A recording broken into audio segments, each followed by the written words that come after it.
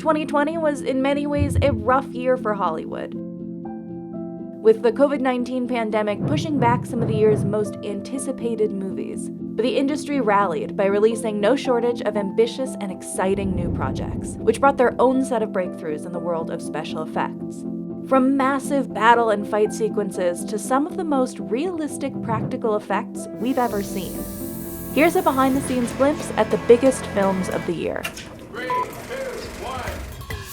To play the legendary warrior Mulan in Disney's live-action film, Liu Yifei spent 3 months training for up to 7 hours a day. This demanding regimen paid off. The film's cinematographer, Mandy Walker, told Insider that Yifei was able to execute about 90% of her own stunt work. In preparation for the film's acrobatic fight sequences, Yifei and her castmates were schooled in everything from weapons handling and archery to military marching and horseback riding. The performers did their most dramatic mid-air stunts while attached to wires or beams, so that it looked like their characters were flying or spinning through the air. All in all, the film's action sequences required 90 horses, 80 trick riders, 4,000 prop weapons, 281 sets of armor for the Chinese army, and 730 pieces of armor for the Rouran army.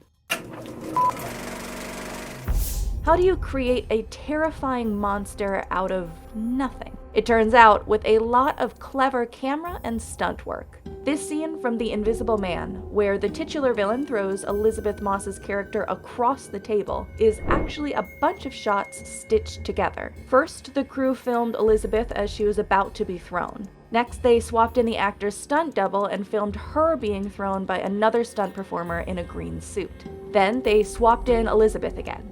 In post-production, VFX artists combined the plates, then digitally erased the green suit performer and the ropes used for the stunt.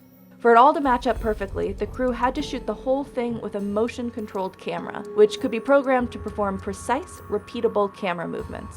That wasn't the only bit of camera trickery in the film. On the last day of shooting, when filming this scene, the camera team had to get what they called an impossible shot, one that involved passing a camera out of a moving car into another moving car, all in one smooth handoff.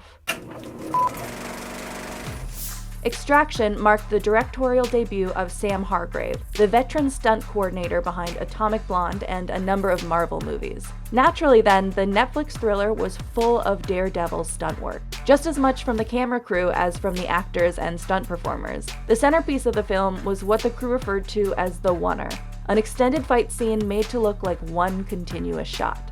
Sam is familiar with big, long action sequences from working on the famous one-shot fight in Atomic Blonde. But this one, for Extraction, required Sam to take us right into the middle of the action, even strapping himself to the hood of a chase vehicle, just to get this one smooth shot taking us from outside to inside a car. He had to unstrap himself from that one car, run over to the other vehicle, and then repeat the same shot twice. This is what you call a stitch point, one of the invisible cuts that join about 36 different segments into what looks like one long, seamless 12-minute take. For the third installment in the Bill and Ted franchise, special effects legend Kevin Yagher created special bodysuits for scenes where Bill and Ted meet future versions of themselves. The process began with life casts of Alex Winter and Keanu Reeves' bodies, which were then used to sculpt the shape of the actors' suits, both the muscle suits they wear in the prison scene and Keanu's fat suit worn in a different scene. Kevin and his team sculpted and spray-painted tiny details like pores and veins onto the muscle suits, and added bags of beads into Keanu's fat suit to get just the right jiggle in his belly. The rollout of the Sonic movie got off to a rough start when the first trailer was met with backlash from fans, who objected to this Sonic's disturbingly realistic appearance. In response, the VFX artists gave the character an overhaul, making his eyes bigger, his mouth more animated, and his nose and limbs more cartoonish, more like the original design in the video games. Just about everyone liked the redesign better, including the man behind the hedgehog, actor and comedian Ben Schwartz. Ben not only lent his voice to Sonic, but also provided facial motion capture to inform the character's animation. On set, they used different stand-ins for Sonic to give co-stars like James Marsden something tangible to interact with, whether it was a blue stuffy or just a ball on a tripod. We saw CGI turn man into hedgehog. What about turning man into dog? In this year's remake of The Call of the Wild, veteran motion capture performer Terry Notary provided an incredible mocap performance for the movie's canine protagonist, Buck. Having Terry on set provided a raw size reference for the other actors and gave co-stars someone to interact with emotionally. For Buck's design, the filmmakers used the reference of a real-life shelter dog, whose own name happens to be Buckley. To help guide the animation of the many dog and wolf characters in the film, the team brought in 5 other dogs for a mocap playtime session. But don't worry, no pups were involved in the filming of this scene, where Buck and John Thornton navigate a treacherous river. The filmmakers enlisted a stunt person to shoot the real deal on a river in British Columbia. They then combined the on-location shots with blue screen footage of Harrison Ford paddling on a canoe gimbal, filmed on a motion-controlled camera that allowed for some particularly cinematic sweeping shots. Finally, VFX artists digitally added Harrison's canine friend into the mix in post-production. The character in Onward that presented Pixar with the most challenges was this guy, known simply as Dad. He's introduced when Ian, voiced by Tom Holland, carries out a spell to conjure up his late father, but only half of his body appears. Pixar's animators spent a lot of time on Dad's first scene to make sure it would capture the force and unpredictability of magic. They even took turns blasting each other with a leaf blower to get a feel for what the conjuring effect should look like. From there, the challenge was giving life to a pair of pants, a task that forced Pixar to bring its cloth technology to a new level. The studio used a process called simulation to program how a character's clothing should respond to his or her movements and the different forces acting on them. But because Dad's upper half is all clothes and no body, simulation played an even bigger role than usual. To figure out how a person would move if he were missing his top half, Pixar's animators took turns putting on green suits with khakis and moving around in front of a green screen. Later, they digitally removed their top halves and used the footage as reference for what Dad's body language might look like. The Call of the Wild wasn't the only film where CG animals figured prominently. The majority of scenes in Dolittle feature live-action humans and CG animals interacting in some way. The tricky part of that? Making sure the humans were looking in the right places during filming. Nailing the eye lines was especially challenging with a character like Betsy the giraffe. To help guide the actors on set, the crew used stuffy props as stand-ins for the CG animals and got creative from there. Like with Betsy, for instance. They ended up sticking a giraffe head on a long pole, which got driven around on a motor cart. In another scene, Robert Downey Jr. needed to ride the ostrich Plimpton into Buckingham Palace, so they devised a gimbaled riding rig that they could later replace with a CG creature, voiced by Kumail Nanjiani. The action-heavy Birds of Prey involved a lot of physical preparation, with each actor's training program tailored to her particular character. Since Harley Quinn is a whimsical and unpredictable fighter, Margot Robbie's stunt work involved a lot of gymnastics. Black Canary's fighting style was supposed to be more grounded, with a lot of leg work, so Journey Smollett-Bell's preparation combined taekwondo and kickboxing. And Mary Elizabeth Winstead adopted judo, jiu-jitsu, and karate to play Huntress, the deadly accurate assassin who's all about precision.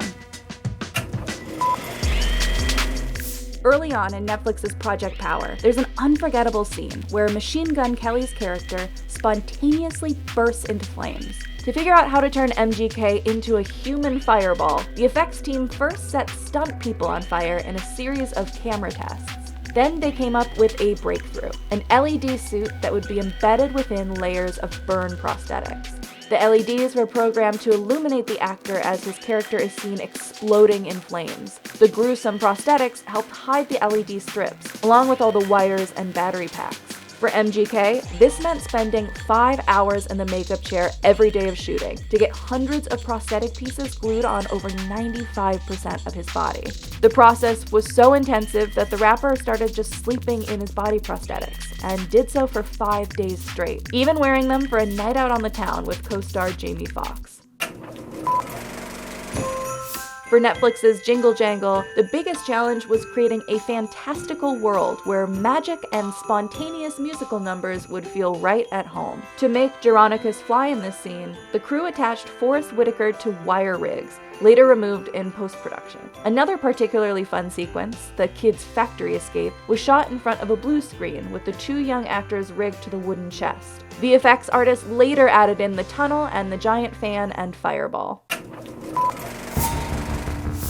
In this comic book adaptation, Charlize Theron's character is supposed to have 6,000 years of martial arts experience, ranging from Greco-Roman wrestling to Filipino stick work. Charlize had to do intense combat training so she could look effortless, handling both modern and ancient weapons. Of course, the star is no stranger to this kind of hardcore training, having done a lot of her own stunts for Atomic Blonde and Mad Max. The Old Guard fight coordinator, Danny Hernandez, told Insider that Charlize and Kiki Layne spent 4 months training for the film's major fight sequence, where their characters engage in epic hand-to-hand combat inside a plane mid-flight. The payoff? The actors were able to pull off 90% of the fight themselves, without stunt doubles. How does this shot become this? Through the process of CG lighting, which was especially important to building the magical worlds of Netflix's animated film Over the Moon. Creative lighting helped emphasize the dreamy light coming from the moon, which plays a central role in the story. In this shot, the lighting team is perfecting the big, bright moon reflections in Fei-Fei's eyes. And in this shot, they're balancing the different light sources coming from the moon, the kitchen, and the colorful lanterns. These decisions about the intensity and placement of lights are laid out early on in color scripts, which are like artistic blueprints expressing the mood of any given scene. For the scene set on Lunaria, the artist wanted the light to be overpowering, and the colors vibrant and bold to give an otherworldly aura to the Moon Kingdom and invoke a sense of awe in the audience. The horror movie / political satire, The Hunt, follows a group of liberals hunting conservatives for sport. So there were lots of opportunities for practical gore behind the scenes. But the most talked about sequence was the climactic kitchen fight between Betty Gilpin and Hilary Swank. To make the head-to-head between these two characters feel as messy as possible, the crew designed a special set that was made to be destroyed. The set included foam floors, a chimney rigged with squibs, and a bunch of household item breakaway props that were built to be broken, just like this glass window, which shatters in the scene. It was like a twisted jungle gym, meant to serve as the ideal backdrop for all the chaotic violence. So, did we miss anything? And what do you think were the most impressive effects of 2020? Let us know in the comments.